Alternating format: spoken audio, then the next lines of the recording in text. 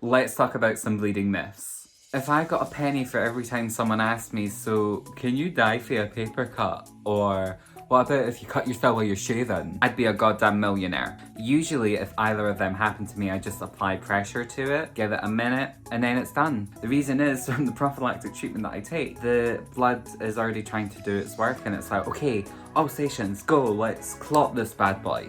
And me just applying pressure allows it to do that. They're just like, let's just have a big hug. And then it just stays there, or there, wherever it is. Another one is haemophilia is caused by inbreeding. I mean, okay, what the royals did is what they did. However, nowadays that's definitely not the case. It basically comes down to genetics. So, for example, my mother, she had a mutated X chromosome. She was the first one in the family, and that got passed down to me. So when I was born, I became a lovely little severe haemophiliac. Another one is, if I touch you, do you get a bruise? No. Taking my prophylactic treatment, that shouldn't be the case at all. The time I'd only really have bruises is maybe, say, if I'm doing something athletic, and then I might get some on my legs. Alternatively, if I were to walk into a door, accidentally bang myself or something on like my arms or like my torso, then yeah, I could have a bruise there. Another one is, haven't you already outgrown haemophilia anyway? It's a lifelong term condition, people. It's not something that as you grow older your body will just be able to develop this clotting factor. If anything, it's actually quite the opposite. As you grow older, your body can then be like, oh my god, what is this foreign thing? Get it out!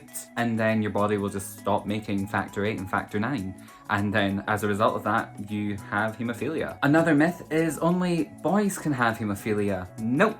Not anymore, and probably that's never been the case anyway, however it's just not been well documented in women having haemophilia. To my knowledge, for now, their blood clottage percentage is around somewhere between 40 to 60, so they're still in the bracket of having mild haemophilia, and for that they need to take something called DDVAP, which is basically a spray that releases hormones in the body that encourages the factor 8 protein to basically get to work. Another one is, but doesn't it affect everyone the same? No, and I cannot stress that enough. With the amount of haemophiliacs I know, we may all bleed, however we all bleed differently within the body.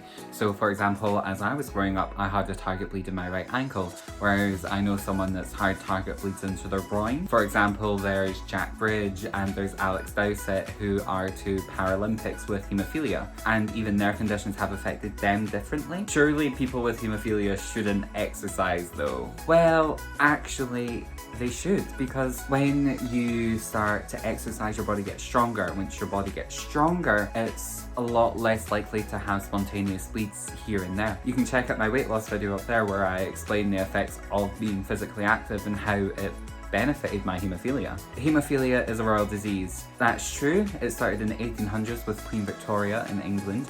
However, anyone can have haemophilia. When I say it started, that's the first documented case. I hope you enjoyed this video. If you did, be sure to give it a like.